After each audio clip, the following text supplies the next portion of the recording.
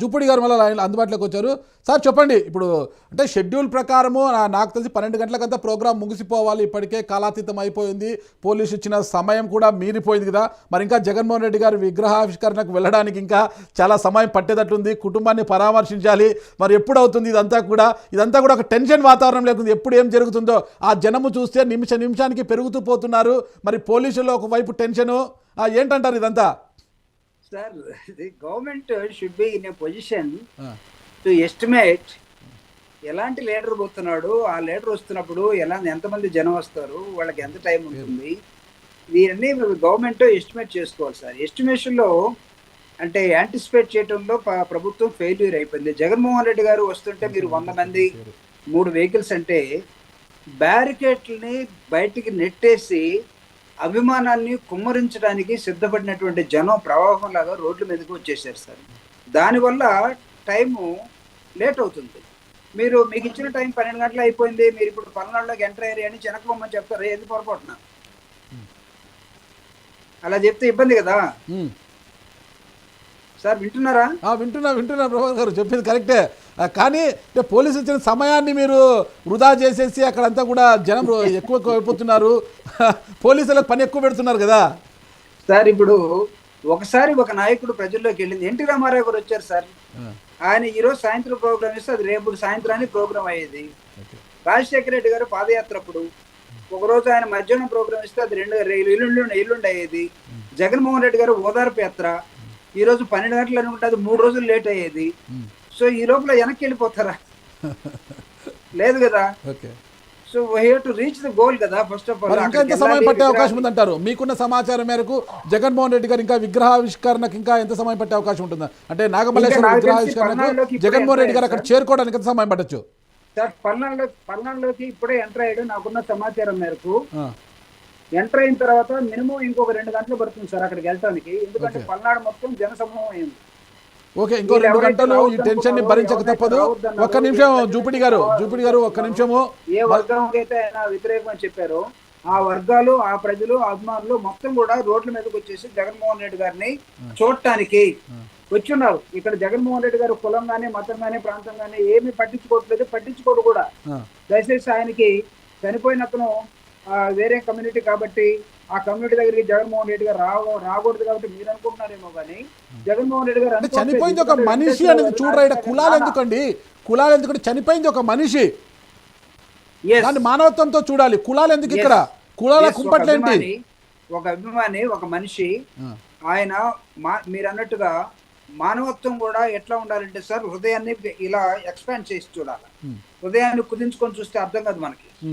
రాజశేఖర రెడ్డి గారి లాగా, జగన్మోహన్ రెడ్డి గారి లాగా people leader should expand their heart, అప్పుడు అర్థం అవుతుంది.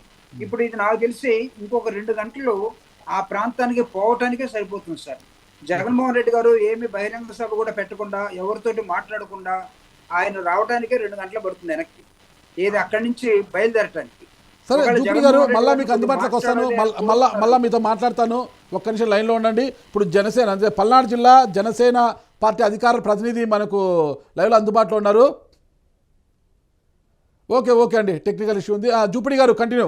జూపిడి గారు, ఆయన అక్కడ ప్రజలు కానీ కోరుకున్నారనుకోండి, మీరు కాస్త మాట్లాడండి, మేమందరం భయభ్రాంతులకు గురవుతూ ఉన్నాము, వైఎస్ఆర్ కాంగ్రెస్ పార్టీ మేము అభిమానం అని చెప్పుకోవడానికి ఇక్కడ ఇబ్బందిగా ఉంది, ఇక్కడ అంత దారుణమైన పరిస్థితులు ఉన్నాయంటే ఆయన ఖచ్చితంగా ధైర్యం ఇవ్వడం కోసం మాట్లాడతాడు బహిరంగ సభలాగా. అది మళ్ళీ బహిరంగ సభ నిన్ను ఎవడు పెట్టమన్నాడు, నిన్ను ప్రజలతో ఎవడు మాట్లాడమన్నాడు, ఆయన కూడా కేసు కూడా పెట్టచ్చు. కానీ ప్రజల ఆకాంక్ష మేరకు మాట్లాడితే ఇంకా టైం పట్టొచ్చు. కానీ జగన్మోహన్ రెడ్డి గారు అది మెయింటైన్ చేస్తారు కాబట్టి, మన పొద్దుల్లో కూడా అక్కడ టొబాకో యార్డ్ దగ్గరికి వెళ్ళాం, టొబాకో యార్డ్ దగ్గర ఓన్లీ ప్రెస్తో మాట్లాడి, ఇక్కడ కూడా ప్రెస్తో మాట్లాడతాడు ఆయన. ప్రెస్తో మాట్లాడినప్పుడు 1 గంట మాట్లాడచ్చు, 1 అరగంట మాట్లాడచ్చు. జరిగినటువంటి అన్యాయాన్ని మొత్తాన్ని కూడా ఈ రాష్ట్రంలో ఏం జరుగుతుందో ప్రజాస్వామ్యబద్ధంగా జగన్మోహన్ రెడ్డి గారు ఎక్స్ప్లెయిన్ చేయడానికి కూడా ఖచ్చితంగా సిద్ధపడి ఉంటారు. ఆయన 1 ఇయర్లో ప్రభుత్వం ఎలా ఫెయిల్ అయింది, ఎలా ప్రజల మీద దాడులు చేస్తుంది, వైఎస్ఆర్ కార్యకర్తల మీద, నాయకుల మీద ఎలా కేసులు పెట్టి జైల్లో పంపుతున్నారు, వీటన్నింటినీ కూడా ఖచ్చితంగా చెప్తారు. ఎందుకు నాయకులు చనిపోవాల్సి వచ్చింది? జూపిడి గారు, ఇక్కడ ఒక ప్రశ్న ఉత్పన్నం అవుతుంది అనమాట. ఇక్కడ ఏంటంటే జగన్మోహన్ రెడ్డి గారు 5 ఏళ్ల పాటు ముఖ్యమంత్రిగా ఉన్నప్పుడు ప్యాలెస్కే పరిమితం అయిపోయారు.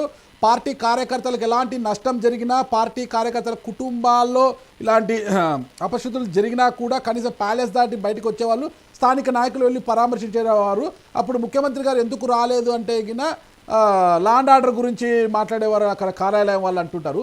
ఇప్పుడు మరి ప్రతిపక్షంలో ఉన్నప్పుడు మాత్రం అదే వస్తుంది. జగన్మోహన్ రెడ్డి గారు ముఖ్యమంత్రిగా ఉన్నప్పుడు ఒకటే జనమే, ప్రతిపక్షంలో ఉన్నప్పుడు ఒకటే జనమే. ఆ జనం ఎప్పుడు దూరం కాలేదు జగన్మోహన్ రెడ్డి గారికి. మరి ప్రతిపక్షంలో ఉన్నప్పుడు ఇప్పుడు పని కట్టుకొని ఎందుకు వస్తున్నారు ప్రతి కార్యక్రమానికి అనేది వాళ్ళు ప్రశ్నిస్తున్నారు. సార్ ఇది పని కట్టుకొని వచ్చే కార్యక్రమం కాదు సార్. ఇది ఒక మనిషి చనిపోతే ఒక ఒక సమాజం ఎఫెక్ట్ అయితే ఒక పొలిటికల్ పార్టీగా ఆ పొలిటికల్ పార్టీకి ఉన్నటువంటి బాధ్యత ప్రకారం, లేకపోతే పొలిటికల్ పార్టీకి ఉన్నటువంటి సిద్ధాంతం ప్రకారం దాని నాయకుడు ఖచ్చితంగా ప్రజల దగ్గరికి వెళ్తాడు. అంటే ఇలాంటి ఇష్యూస్ని బేస్ చేసుకొని ప్రతిపక్షంలో ఉన్న మాకు జనబలం ఇంకా తగ్గలేదు చూడండి అని ప్రభుత్వానికి చూపించడానికైనా ఈ ప్రయాణాలు అంటున్నారు. కాదు సార్ ఇది మేము బల ప్రదర్శన చేయటం కోసం కాదు సార్. ఒకవేళ మేము బల ప్రదర్శన చేస్తే సీన్ వేరుగా ఉంటుంది సార్. ఇప్పుడు మీరు 100 మందికి రిస్ట్రిక్ట్ చేశారు, 3 రోగాలుగా రిస్ట్రిక్ట్ చేశారు. మేము ప్రభుత్వం ఏం చెప్పిందో దానికి అంగీకరించి బయలుదేరాం సార్. ఇక్కడ దయచేసి మీరు కూడా అంటే అర్థం చేసుకుంటారని నేను భావిస్తాను. ప్రభుత్వం ఏ కండిషన్స్ పెట్టిందో ఆ కండిషన్ ఒబే చేస్తూ మేము బయలుదేరాం. కానీ సీమల్లాగా జనం పుట్టలు పెగిలినట్టుగా జనం జగన్మోహన్ రెడ్డి గారిని చూడటానికి ఏంటి ఈ బిడ్డకి ఒక 5 సంవత్సరాలు చిన్న వయసులో ప్రభుత్వాన్ని పరిపాలిస్తే అతన్ని ఓడించడమే కాకుండా దొంగతనంగా అతను బయటకు వస్తుంటే ఈ కంట్రోల్ ఏంటి ఆయన మీద, ఈ ఆంక్షలు ఏంటి అని తట్టుకోలేక ప్రజలు బయటకు వచ్చి గొంతెత్తున్నటువంటి నేపథ్యం సార్ ఇది. ఒక ప్రజల ఆవేదన కూడా మనం అర్థం చేసుకో, ప్రజల అభిమానాన్ని మనం అర్థం చేసుకోవాలి. ఒక్క నిమిషం